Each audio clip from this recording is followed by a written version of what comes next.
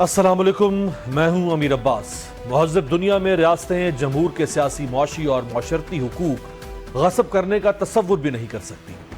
अदालतें भी अपने फैसलों में शहरियों के उन आईनी हुकूक को यकीनी बनाती हैं, क्योंकि इन ममालिक में हुकूमत अवाम के वोटों से बनती है और अवाम के वोटों से ख़त्म होती है। हाल ही में थाईलैंड की वज़ीर आज़म शिनावित्रा का एक तनाज़ा सामने आया, जिस पर लोग सख्त नाराज़ हुए। 20,000 से ज़ायद थाई शहरी दारुल हुकूमत बैंकॉक की सड़कों पर निकल आए और वज़ीर आज़म शिनावित्रा से मुस्ताफ़ी होने का मुतालबा किया। आज थाईलैंड की आईनी अदालत ने वज़ीर आज़म शिनावित्रा को आर्जी तौर पर उनके ओहदे से मुअत्तल कर दिया है।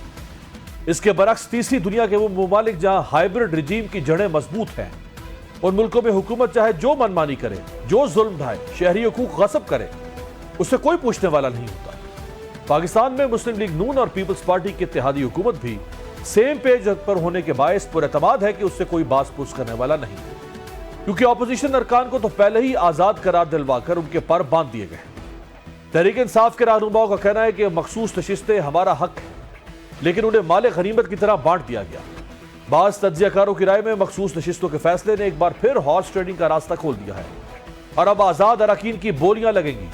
गुज़श्ता रोज ये खबर सामने आई कि साहिवाल की कौमी असम्बली के हल्का 142 से मुंतखब होने वाले PTI के आज़ाद रुकन चौधरी उस्मान ने वज़ीर आज़म से मुलाकात की और फिर नून लीग में शमूलियत इख्तियार कर दी। दूसरी जानिब आईनी तरामीम और अदालती बेतौकीरी के खिलाफ वकला ने मुल्क गीर मुज़ाहमती तहरीक का आगाज कर दिया है।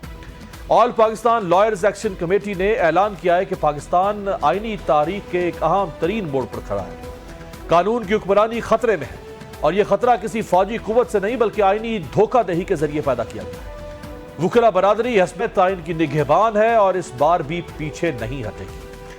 हमारे साथ मौजूद हैं मारूफ माहिर आइन कानून, सुप्रीम कोर्ट बार एसोसिएशन के साबिक सदर जनाब आबिद जुबैरी साहब। बहुत बहुत शुक्रिया जुबैरी साहब आपके वक्त का। सबसे पहले फरमाइएगा कि आज 3 हाई कोर्ट्स के चीफ जस्टिस मुस्तकिल तौर पर तैनात कर दिए गए और सबसे ज़्यादा जो ज़ेर बहस चीफ जस्टिस थे या हाई कोर्ट थी, वो इस्लामाबाद हाई कोर्ट थी, जहाँ जस्टिस डोगर साहब को बनाया गया है। कैसे देखते हैं आप इन तैनातियों को? हाँ, बिस्मिल्लाहिर्रहमानिर्रहीम। देखिए, 4 हाई कोर्ट्स का हुआ है। सिंध हाई कोर्ट के भी हमारे तो सीनियर मोस्ट जज जो है वो चीफ जस्टिस हो गए सिंध हाई कोर्ट की, जस्टिस जुनैद गफ्फार। तो वहाँ जो पेशावर हाई कोर्ट है, बलूचिस्तान हाई कोर्ट में उधर उनके सीनियर जजेस को नहीं बनाया गया, क्योंकि आप देखें 26 अब हम जो सारी अदल का निज़ाम है वो फिलहाल 26वीं तरमीम के तहत चल रहा है। उसके अंदर 3 सीनियर जजेस जो होते हैं उनमें से चुनाव किया जाता है कि कौन चीफ जस्टिस होगा। आपने देखा जुडिशल कमीशन ऑफ पाकिस्तान में जो अक्सरियत है वो अब एग्जीक्यूटिव की है, उनके साथ बार काउंसिल्स भी हैं और कुछ कॉन्स्टिट्यूशनल कोर्ट के जज साहिब हैं, वो भी उनके साथी होते हैं, उनके साथ ही वोट करते हैं। तो आज जो हमारे चीफ जस्टिस और बाकी रुफका जो हैं वो माइनॉरिटी में चले जाते हैं। तो जो एग्जीक्यूटिव डोमिनेटेड जुडिशल कमीशन है, नेचुरली जो एग्जीक्यूटिव चाहेगी वही जजेस अपॉइंट होंगे, वही चीफ जस्टिस बनेंगे।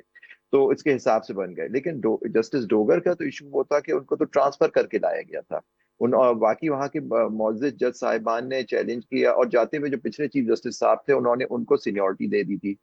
तो उसको इन 6 जजों ने या 5 जजों ने चैलेंज किया था इस सुप्रीम कोर्ट में, जहां उनकी अक्सरती फैसले से वो उनकी जो दरखास्त थी उसको खारिज किया गया और मामला वापस भेज दिया गया सदर मुमलिकत के पास कि वो फैसला करें कि सीनियरिटी इस्लामाबाद हाई कोर्ट में क्या होगी। जबकि मेरा उसमें my humble opinion is that के वो खुद सुप्रीम कोर्ट को फैसला करना चाहिए था, क्योंकि जजेस ने उनको अप्रोच किया था। हुकूमत देखें, सदर मुमलिकत तो has to act on advice under article 48। तो वो सदर मुमलिकत जो हुकूमत कहेगी उसके हिसाब से वो पाबंद है उसका। हुकूमत तो लेके ही जस्टिस डोगर को आई थी ताकि उनको चीफ जस्टिस बनाया जाए और जस्टिस कियानी को चीफ जस्टिस ना बनाया जा सके। जबकि अगर वो नहीं भी आते तो सीनियरिटी जो अभी दी गई है उसमें फिर भी उनका चुनाव जो करना था वो 3 सीनियर मोस्ट जजेस में से करना था। लेकिन वो हुकूमत चाहती थी कि जस्टिस डोगर आए, क्योंकि आपको पता है इस्लामाबाद हाई कोर्ट में सबसे अहम केसेस चल रहे होते हैं, पॉलिटिकल सियासी नौयत के केस चल रहे होते हैं। और चीफ जस्टिस जो होता है मास्टर ऑफ द, कम से कम वहां तो ये है कि वो मास्टर ऑफ द रोस्टर होते हैं और वो अपने हिसाब से बेंचेस बनाते हैं, अपने हिसाब से केसेस फिक्स करते हैं मुख्तलिफ बेंचों के सामने। تو نیچری وہ چاہتے تھے، نیچری سپریم کورٹ نے بھی ان کے پاس ہی بھیج دیا، حکومت کے پاس، جو پہلے ہی ڈوگر صاحب کو لے آئے تھے. تو یہ already it was gone conclusion کہ جسٹس ڈوگر ہی وہاں کے چیف جسٹس ہوں گے، اور آج وہ ان کو اور اپوائنٹ کر دیا جسٹس گیا. شوکت عزیز صدیقی صاحب نے بھی سابق چیف جسٹس جو تھے انہوں نے بھی ووٹ کیا ہے جسٹس ڈوگر صاحب کو. جی ان کا تو ایک بڑا خاص نظریہ رہا ہے شوکت عزیز صدیقی صاحب کا. میں اس جی، کی شوکت عزیز سے ان جی. کے فیصلے کو کیا انہوں نے کیا فیصلہ کیا ہے؟ مجھے بڑی حیرانگی ہوئی ان کے فیصلے پہ، کیونکہ وہ تو ہمیشہ آئین و قانون کے پابند رہے ہیں. ان کو تو ان کی ججی بھی گئی، کیونکہ انہوں نے ایک سٹینڈ لیا تھا، اور ہم نے ساری مکلا برادری نے، پورے ملک نے ان کی پیروی کی تھی اس بات کی کہ انہوں نے بڑے اصول پسندی پہ انہوں نے ان کو غلط فائر کیا گیا تھا. اور آپ نے دیکھا ان کے بعد میں وہ کیس ان کا چلا، اس میں ان کو ریسٹور کیا گیا، ان کے ساتھ زیادتی ہوئی تھی جسٹس شوکت صدیقی کے ساتھ. لیکن آج مجھے بڑی حیرانگی ہوئی ہے کہ انہوں نے بھی جسٹس ڈوگر کو دیا، جبکہ میں سمجھتا ہوں کہ اس میں ایک جج اور صاحب تھے، 4 ووٹ تو ان کو بھی ملے ہیں جسٹس میاں گل حسن اورنگزیب کو، جو ہاں ابھی ہاں سینیورٹی میں فی الحال جو صدر مملکت نے طے کی ہے اس کے حساب سے نمبر 3 پہ تھے. رائٹ. مخصوص نشستوں کے فیصلے پر فرمائیں کہ قانونی اور سیاسی اثرات اس کے کیا ہوں گے؟ کیا متاثرہ فریق پی ٹی آئی کے پاس اب کوئی قانونی آپشن اس اب کو موجود ہے، یا بس اب یہ طے ہو چکا ہے معاملہ؟ دیکھیے اس میں ایک دو چیزیں سمجھنے کی. دیکھیے یہ جو اپیل آئی تھی، یہ اس کی اپیل جو تھی سپریم کورٹ میں ریویو سے پہلے، وہ پشاور ہائی کورٹ کے فل بینچ کے فیصلے کے خلاف تھی. اس میں پشاور ہائی کورٹ نے کہا تھا کہ ایس آئی سی کا خود کیونکہ وجود ہی نہیں ہے پارلیمان کے اندر، تو جو پی ٹی آئی والے اس میں شامل ہوئے وہ غلط ہوئے تھے. اور کیونکہ آپ کی جو مقننہ ہے وہ 336 کی اس پہ ہوتی ہے، تو اس لیے ان کی باقی سیٹیں جو ہے باقی جو پارٹیز میں تقسیم کر دی جائیں. اس کو چیلنج کیا تھا. 12 جولائی پچھلے سال سپریم کورٹ کے اکثریتی فیصلے نے اس کو سیٹ اسائڈ کر دیا تھا، اور کہا تھا یہ سیٹیں پی ٹی آئی کی ہیں. وہ جو آزاد ان کو ڈکلیئر کیا گیا تھا، وہ غلط ان کو آزاد کیا تھا، وہ یہ غلط ان کی انٹرپریٹیشن تھی ای سی پی کی بلے کے کیس کے. تو اس وجہ سے سپریم کورٹ نے کہا کہ یہ سیٹیں ان کو ملنی چاہیے، اور انہی کے لوگوں کو یہ جو اقلیتی سیٹیں اور خواتین کی سیٹیں ان میں ہی تقسیم ہونی چاہیے. یہ فیصلہ آیا. لیکن آپ نے دیکھا پچھلے سال سے آج تک وہ فیصلہ کبھی امپلیمنٹ نہیں ہوا، despite the fact election commission نے وضاحت مانگی جا کے، کیونکہ سپریم کورٹ نے لکھا تھا اگر کوئی ایشو ہے تو وضاحت مانگ لیں.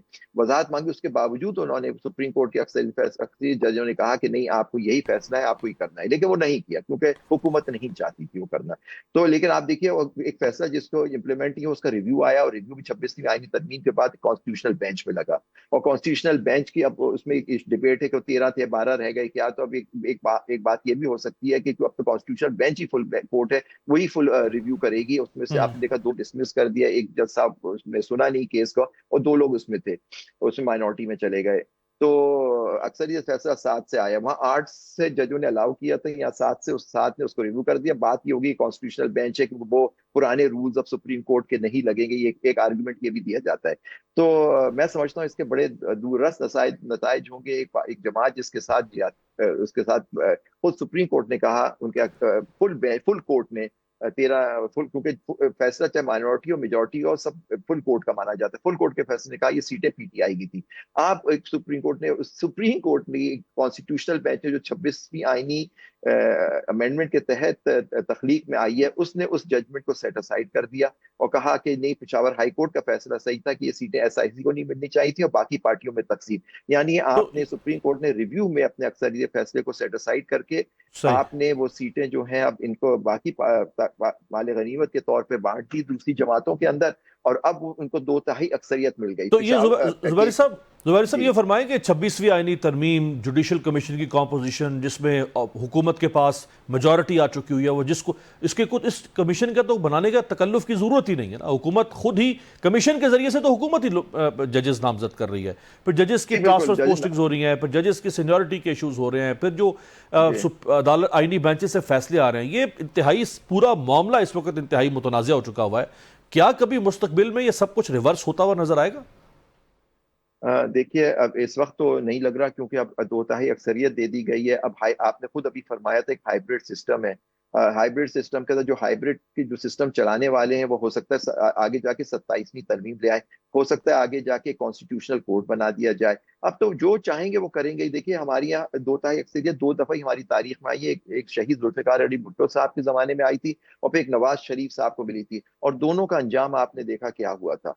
तो लेकिन अब मैं क्या कह सकता हूँ इस वक्त के, देखिए मैं तो समझता हूँ आइन और कानून की बालादस्ती खत्म हो गई है, ट्राइकोटमी ऑफ पावर जो इतनी मेहनत से डेवलप हुई थी बिल्कुल खत्म हो गई। अब हाइब्रिड सिस्टम हब पे शायद पार्लियामान हो, एग्जेक्टिव हो या जुडिशरी हो, उस पे सब पे हाइब्रिड सिस्टम हावी हो गया। जो वो चाहेंगे वो फैसले होंगे, और आप देखिए कि कॉन्स्टिट्यूशनल बेंच से वही फैसले आ रहे हैं जो हुकूमत चाहती है। देखिए ये पटिशन जो कोर्ट में मैं और आप क्यों जाते हैं, हमारे सबसे ज्यादा जो पटिशन होती ही सरकार के फैसलों के खिलाफ या कॉन्स्टिट्यूशन या लॉ के इंटरप्रिटेशन पे उनकी तशरीह के लिए। अब वहां जाके भी हमें इंसाफ ना मिले मुझे और आपको, और वही फैसला है जो हुकूमत पे वक्त चाहती है, तो सही। वे बताइए कि इंसाफ कहाँ हुआ। फिर तो सिस्टम देखिए आगे जाके कोलैप्स करेगा, क्योंकि फिर ना इंसाफी आपके माशरे में फैलेगी, एनर्की आपके यहाँ हो जाएगी अगर इन लोगों को इंसाफ मिलना खत्म हो जाए। राइट, आपने ये मिलिट्री कोर्ट्स का फरमाएगा। केस का फैसला आपने देखा, सही। जजेस की सीनियरिटी का मामला आपने देख लिया, और अब हाँ, आपने रिजर्व सीट्स का भी देख लिया। ये फरमाएगा कि इस सब कुछ को देखते हुए जो आप बता रहे हैं कि इस वक्त पाकिस्तान के अदालती निज़ाम के साथ क्या हो रहा है, आखिरी जो एहतजाज किया था वकला ने वो इस्लामाबाद में किया था फरवरी 2025 में, आज से 4.5 माह पहले। अब फिर वकला एक्शन कमेटी ने फैसला किया है कि हम हर 15 दिन के बाद एहतजाज शुरू करेंगे और मुख्तलिफ तरीके से अब हम तहरीक को आगे बढ़ाएंगे। या तो ये बयानात देना छोड़ दें वकला और लोग आपसे तवक्को भी नहीं करेंगे, ठीक है जो हो रहा है सो होता रहे, जब तक चलता रहेगा। और अगर आप बयानात देते हैं तो फिर उस पर कहीं ना कहीं तो जाके कोई कुछ तो वकला को कहीं तो जाके अपनी प्रेजेंस को दिखाना पड़ेगा। देखिए हम लोग एक, आप खुद फरमा रहे थे, एक जमहूरी सिस्टम में रहते हैं, मतलब सो कॉल्ड, मतलब जमहूरियत। सबसे बड़ा नुकसान इसमें सारे उसमें जमहूरियत का है, जो जमहूरियत को खत्म कर दिया गया इस मुल्क में, जहां मेरे और आपके हुकूम सल्ब कर लिए जाए। जमहूरियत तो नहीं है, बज़ाहिर आपके एक पार्लियामान है वो चल रही है, एक मुतनाज़े इलेक्शन के जरिए वो वजूद में आई है, और जुडिशरी को कंट्रोल करके अब वो अपना जो टूल दिए जा रहा है, जो लॉ चाहते हैं वो पास हो जाता है, लोगों की मुद्दतें मुलाजमत बढ़ा दी जाती है, जो दिल चाहता है वो करा जा रहा है। तो आप देखिए, लेकिन आप फिर भी जिद्दोजहद तो करनी है, लेकिन आपने देखा जिद्दोजहद एक जमहूरी तरीके से तो हमें करने का हक होता है, प्रोटेस्ट का हक हमें आइन देता है, लेकिन जो जबर किया जाता है लोगों से, इसलिए बड़ा आप लोगों पे क्या जबर हुआ है, लोग निकले बाहर अगर सड़कों अपने हुकूक के लिए, आपने देखा उनके साथ क्या हुआ। तो देखिए जो भी अब फैसला हुआ है बिल्कुल सही है, जिद्दोजहद जारी रहेगी और बयान देना नहीं छोड़ेंगे। हमारी जिद्दोजहद अदालतों में होगी, अदालतों से हमें रिलीफ ना मिले, अदालतें हमारी बात ना माने, फिर भी हम अदालतों के ही पास जाएंगे ताकि उनको बावर कराया जाए कि देखिए ये जो हो रहा है गलत हो रहा है, लेकिन आप उस जुल्म का आप हिस्सा ना बने। तो ये हमारी जिद्दोजहद जारी रहेगी सर। बहुत बहुत शुक्रिया, बहुत बहुत शुक्रिया आबिद ज़ुबैरी साहब, साबिक सदर सुप्रीम कोर्ट बार एसोसिएशन। अब थे प्रोग्राम में एक ब्रेक के बाद हाजिर होंगे। हुकूमत ने रात का महंगाई का एक नया तूफ़ान पाकिस्तानी कौम के ऊपर मुसल्लत कर दिया है। एक तो बजट के बाद वैसे ही लोगों में बहुत अदम इत्मीनान पाया जा रहा था और बजट की वजह से महंगाई का एक तूफ़ान आया, और अब हुकूमत ने रात गए पेट्रोलियम मसनूआत की कीमतों में खौफनाक इजाफा कर दिया है। मईशत पे क्या असरात पड़ेंगे, ब्रेक के बाद।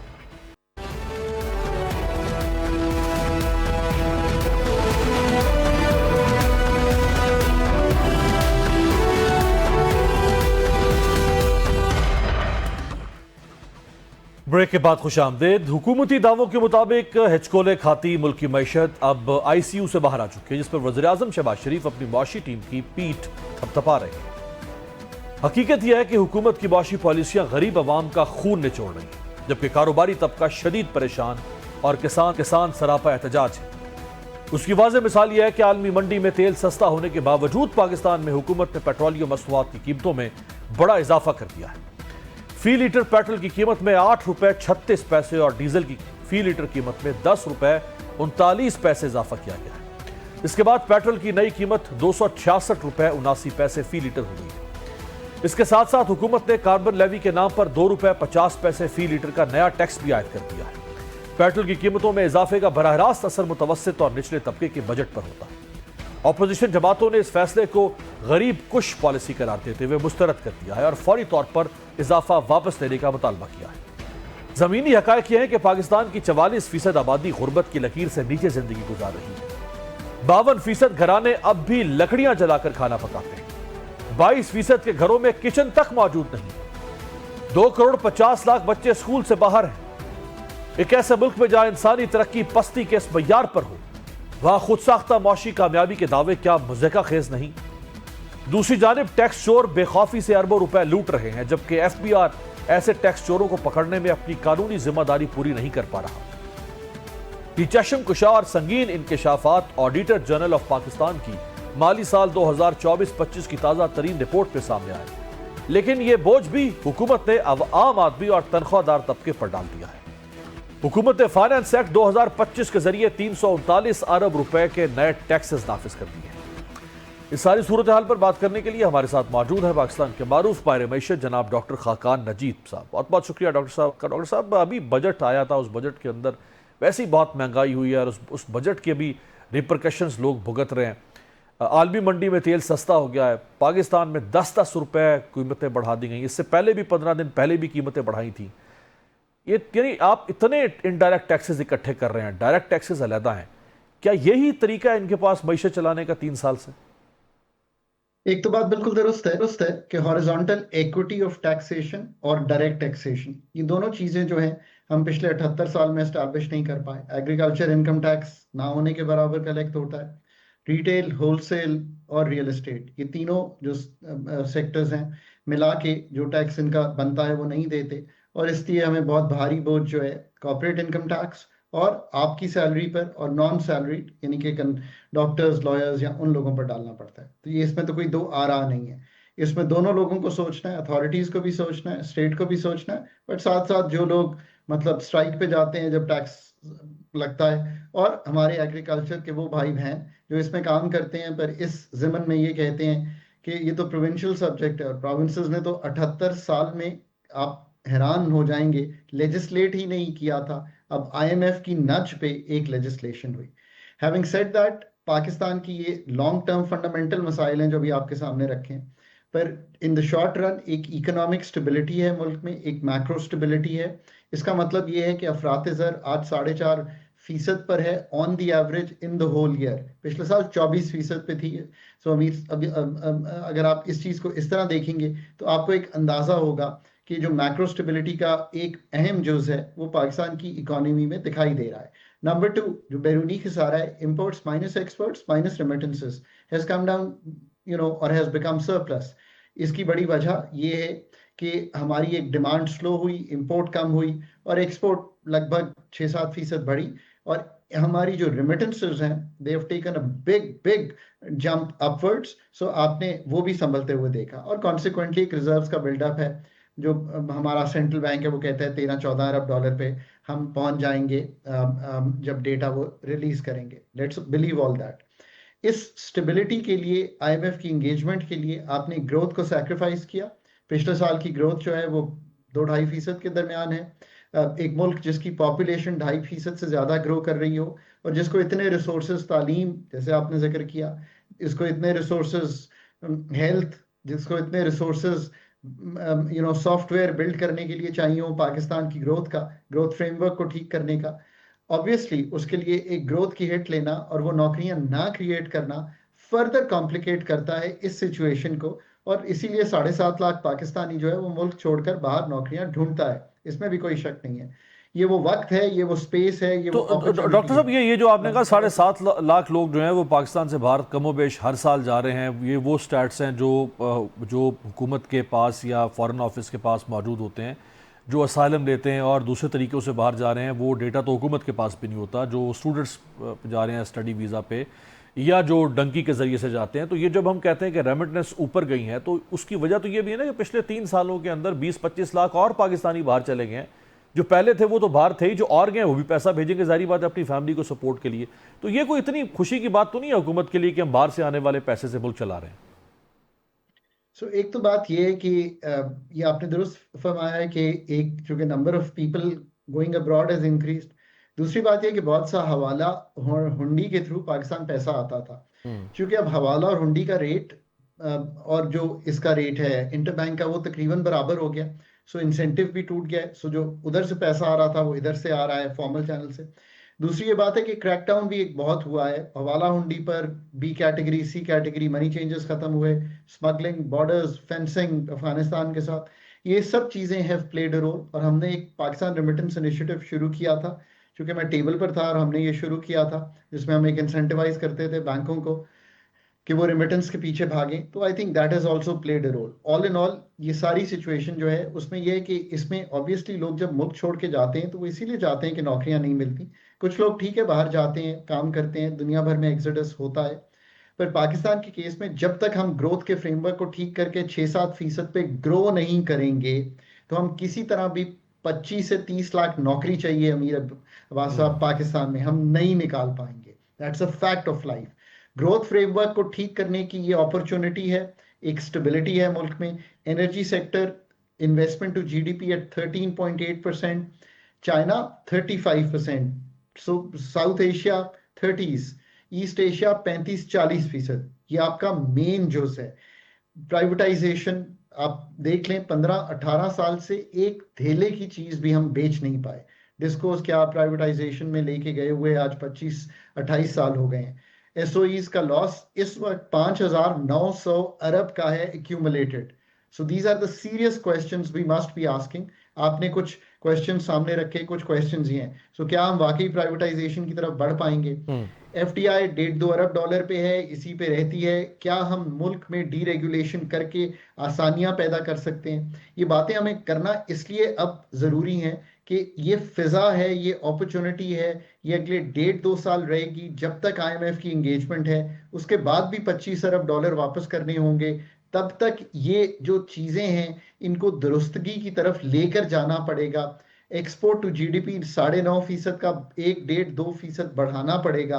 अगर ये सब नहीं कर पाएंगे तो आईएमएफ से निकलना भी मुश्किल होगा।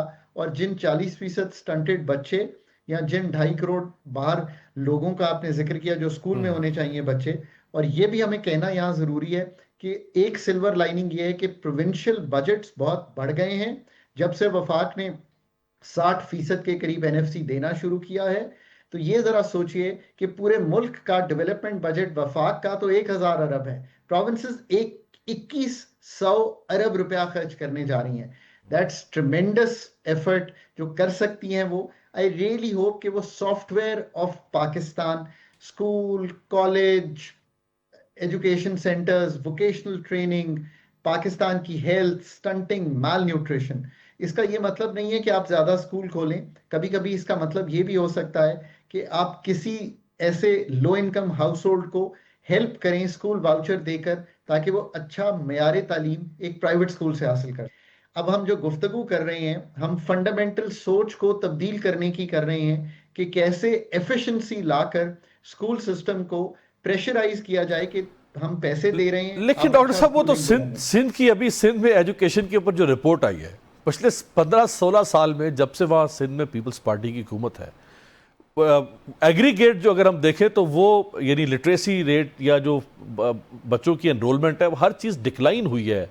अगर कराची शहर को माइनस कर दें, चूंकि कराची पूरे सिंध के अंदर लिटरेसी में शामिल है, अगर कराची को माइनस कर दें तो बाकी जो पूरा इंटीरियर सिंध है, क्या ये दुनिया को प्रेजेंट किया जा सकता है? ये किसी कौम की पढ़े लिखे होने की हालत क्यों होनी चाहिए? आपकी बात इसलिए दुरुस्त है कि हम अच्छे टीचर्स की ट्रेनिंग, अच्छे टीचर्स का मयार, अच्छा सिलेबाई, अच्छे क्लासरूम, ये सब कुछ नहीं दे पाए। पर क्लासरूम तो एक जुज था। इसीलिए मैं कहता हूं कि पहला मैंने जो सारी गुफ्तगू किया वो तो सॉफ्टवेयर है, ये हम नहीं डेवलप कर पाए। सो क्या हमें मॉडल तब्दील करना पड़ेगा? क्या ऐसा होगा कि कोई भी अमीर अब्बास स्कूल होगा सिंध में और वो प्राइवेट स्कूल होगा, एंड दैट्स फाइन, पर उसमें जब लो इनकम हाउस होल्ड या गरीब का बच्चा अब जाएगा तो स्टेट यानी कि सिंध गवर्नमेंट फॉर एग्जांपल एक वाउचर देगी और वो कहेगी कि आप अमीर अब्बास स्कूल को दें। और अमीर अब्बास स्कूल जो है यानी कि उसको तो पैसे मिल रहे हैं, उस 3,000 की फीस मिल रही है उस बच्चे की जो वहाँ स्कूल आ रहा है, तो उसको इंश्योर करना पड़ेगा, वरना पेरेंट्स अमीर अब्बास स्कूल से उठा के खाकान नजीब स्कूल में डाल देंगे उसको। सो आपकी बात इसलिए इंपॉर्टेंट है कि वी हैव टू सी कि अगर पब्लिक सेक्टर सिस्टम जो है ऑफ स्कूलिंग नहीं कामयाब हुआ तो क्या PPP प्राइवेट पब्लिक पार्टनरशिप या totally private schools paid for by the state in terms of the fees in the hands اور وہی جو ماں باپ ہیں وہ اسکولوں کے بورڈ پہ ہوں. میں آج بھی کہتا ہوں کہ انسینٹیو دیے بغیر صحیح آپ کوئی چیز بھی صحیح نہیں کر سکتے. سولر کا انسینٹیو دیا, سولرائزیشن ہو گئی. ایجوکیشن کا انسینٹیو غلط ہے, پبلک اسکولوں میں لتھارجی ہے, پبلک اسکولوں کے ٹیچرز کو انسینٹیو نہیں ہے, اور پبلک اسکول کی بھرتیاں جو ہیں اس کوالٹی کی نہیں ہوتی. کیونکہ آج بھی ہم جانتے ہیں کہ وہ بچہ جو 10 سال کا ہے پاکستان میں, وہ دو جملے نہیں کہہ سکتا جو اس کو کہنے چاہیے. اگر یہاں پہ حالت چلی گئی ہے تو اگلے 3 سال میں اگر اتنا پیسہ پروونسز کے پاس ہے, جو کہ ہے, وہ 2100 ارب کا ڈیولپمنٹ بجٹ دینے جا رہے ہیں, اور جاری اخراجات اس کے علاوہ ہیں جس پہ اسکولوں اور کالجوں میں خرچہ کیا جا سکتا ہے. تو وہ اس اسکول کے نظام کو ری ویمپ کریں ٹو تھنک بیونڈ جسٹ. لیکن وہ ڈاکٹر صاحب وہ جو الیکشن سے پہلے جو وعدے ہوتے ہیں, جیسے ابھی یہ مہنگائی اور پیٹرول کے اوپر, میں چاہوں گا ذرا پرائم منسٹر شہباز شریف جب اپوزیشن لیڈر تھے تو وہ قومی اسمبلی کے فلور پہ کھڑے ہو کر اس وقت کے پرائم منسٹر عمران خان کو کیا کہا کرتے تھے تیل کی قیمتوں پہ, یہ دیکھیں. ریاست کا دن رات نام لینے والے, انہوں نے پھر مہنگائی کا ایک اور سیلاب میں عوام کو ڈبو دیا ہے. بجلی فی یونٹ 1.5 روپے کا اضافہ, جناب اسپیکر, پٹرول, ڈیزل, مٹی کا تیل 10 سے 12 روپے فی لیٹر کا اضافہ. اور اس طرح کے آپ کو درجنوں نہیں سینکڑوں بیانات ملیں گے اس زمانے کی اپوزیشن اور آج کے حکمرانوں کے. الیکشن سے پہلے کہا گیا کہ 300 یونٹ بجلی فری دیں گے. پرائم منسٹر شہباز شریف پاکستان کی 78 سالہ تاریخ کے وہ واحد وزیر اعظم ہیں کہ جن کے 16 مہینے وہ اور تقریباً 1.25 سال یہ پاکستان کی تاریخ میں اس سے زیادہ بجلی کسی اور وزیر اعظم نے نہیں بڑھائی. تو خاقان صاحب, یہ الیکشن سے پہلے کچھ باتیں ہیں, الیکشن کے آنے کے بعد کچھ اور باتیں ہیں. پاکستان میں اب تھوڑی سی فنڈامنٹل گفتگو کر لیتے ہیں. دیکھیے, نہ حکومت کو بجلی کا نظام و نسق چلانا چاہیے, کیونکہ امیر عباس صاحب آپ نے مجھے کبھی کوئی کلپ نہیں سنایا جس میں آپ یہ کہہ رہے ہوں کہ جو انٹرنیٹ کی قیمت ہے وہ بہت بڑھ گئی ہے. آپ موبائل 24 گھنٹے استعمال کرتے ہیں, آپ ویڈیو کال بھی کرتے ہیں, آپ زوم پہ بھی جاتے ہیں, آپ پاکستان میں نہ ہو اس کا استعمال بھی کر کے مجھے انٹرویو کرتے ہیں, پر کبھی بھی آپ نے کلپ نہیں سنایا. یہ ہے وہ فرق کہ جب ہم نے ڈی ریگولیٹ کیا, پرائیویٹائز کیا, لبرلائز کیا مارکیٹ کو, کمپٹیشن آنے دیا, تو آپ کے امیر دوست نے, آپ کے لو انکم والے دوست نے کمپلین نہیں کیا. یہ کمپلین ضرور مجھے ہوتی ہے کہ جب بھی میں کام پہ ہوتا ہوں اور لوگوں کو کہوں گے یار موبائل تھوڑا کم استعمال کرو. اب آپ سوچئے کہ یہ ایفیشنسی اسی ملک کی ہے. میں باہر کام کرتا ہوں, جو انٹرنیٹ کی سپیڈ وہاں لیتا ہوں, کئی دفعہ آپ کو معلوم نہیں ہوتا کہ میں باہر سے بات کر رہا ہوں یا لاہور یا اسلام آباد سے آپ سے بات کر رہا ہوں. سو جسٹ امیجن کہ بجلی کے سیکٹر کو 25 سال پہلے ڈی ریگولیٹ, پرائیویٹائز کر کے چھوڑ دی ہوتی جان, تو نہ کوئی اتھارٹیز میں سے یہ کہہ رہا ہوتا کہ بجلی کی قیمت کم ہوئی ہے یا زیادہ ہوئی ہے, اور یہ ایک ایسا نظام و نسق ہوتا کہ یہ ہم ڈسپلن سے چل رہے ہوتے, اسٹیٹ ریگولیٹ کر رہی ہوتی, کمپیٹیٹیو مارکیٹس قیمت کو کم کر رہی ہوتی, جیسے ٹیلی فونی, جیسے انٹرنیٹ, جیسے ڈیٹا سروسز کی قیمتیں بھی کم ہوئی ہیں اور آپشنز بھی بڑھ گئے ہیں. یہ بہت اونلی وے واحد حل یہ ہے, اور بہت اہم بات آپ نے کی ہے, بہت اہم بات کی ہے. آپ کے علاوہ بہت کم بات کر رہے ہیں کہ اصل مسئلہ یہ ہے کہ جب تک یہ سارے معاملات حکومت کے ہاتھ میں رہیں گے, پبلک سیکٹر کے ہاتھ میں رہیں گے, اس میں کرپشن, میل فنکشننگ, بیڈ گورننس اور پھر اس میں کمپرومائز رہیں گے. لیکن جب پرائیویٹ سیکٹر اس طرح کے معاملات میں آئے گا تو پھر ایفیشنسی بھی بڑھے گی, مقابلے کی فضا ہوگی, قیمتیں کم ہوں گی. اور اس کی بہت زبردست مثال ڈاکٹر صاحب نے دی کہ ایک زمانے میں جب PTCL ایک ہی سورس ہوا کرتا تھا رابطے کا, آج بہت ساری موبائل کمپنیز ہیں اور بہت سارے پرائیویٹ وینڈرز ہیں جو آپ کو ٹیلی کمیونیکیشن کی, انٹرنیٹ کی سروسز دے رہے ہیں, اور ان میں ایک مقابلے کی فضا ہے, اور ایک ادارہ کوشش کرتا ہے کہ وہ دوسرے سے کم قیمت کے اوپر آپ کو سہولت دے. بہت بہت شکریہ ڈاکٹر خاقان نجیب صاحب ہمارے ساتھ تھے. پروگرام میں ایک بریک کے بعد غزہ کے اوپر ایک بار پھر یلغار شروع ہو چکی ہے نیتن یاہو کی جانب سے. کیا صورتحال ہے, بریک کے بعد.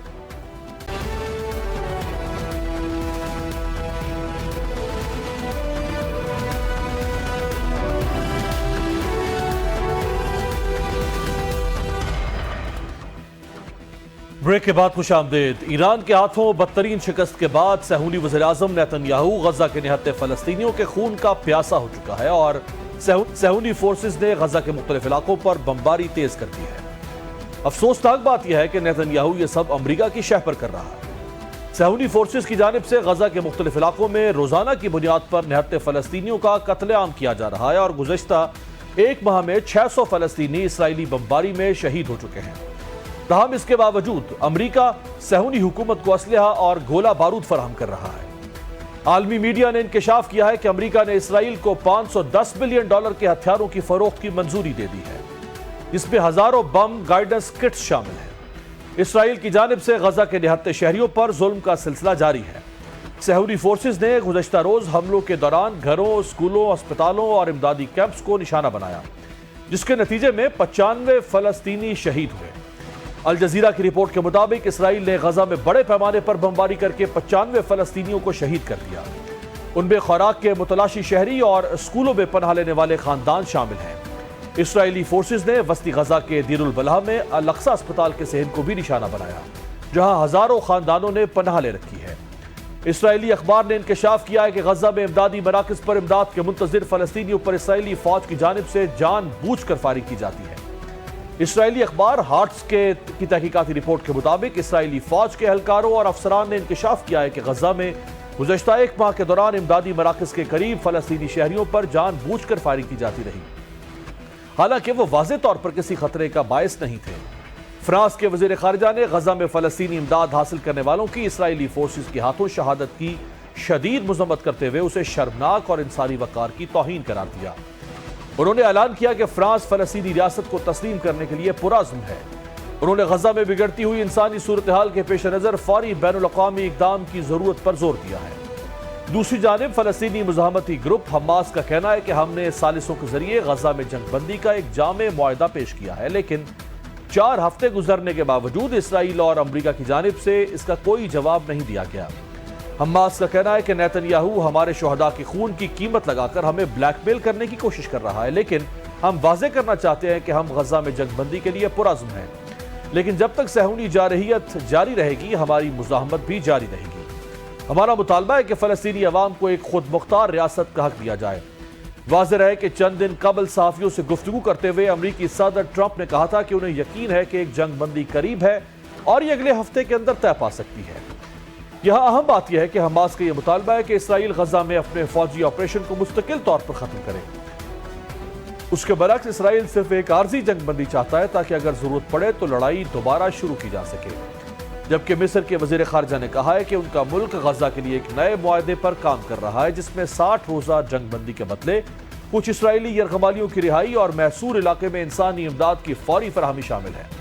امریکہ غزہ میں فلسطینیوں کی نسل کشی کے لیے صہیونی وزیراعظم نیتن یاہو کا کس حد تک ساتھ دے رہا ہے، اس کا اندازہ اس بات سے بھی لگایا جا سکتا ہے کہ برطانیہ میں کانسرٹ کے دوران اسرائیلی فوج کے خلاف اور فلسطین کی آزادی کے حق میں نعرے لگانے پر گلوکاروں کے امریکی ویزے منسوخ کر دیے گئے۔ لائیو نشریات میں گلوکار کو یہ نعرے لگاتے ہوئے سنا گیا تھا کہ مرگ IDF اور دریا سے سمندر تک فلسطین آزاد ہو کر رہے گا۔ آج تک کے لیے اتنا ہی، آپ سے ملاقات ہوگی کل، دیکھتے رہیے گا جمہوریت۔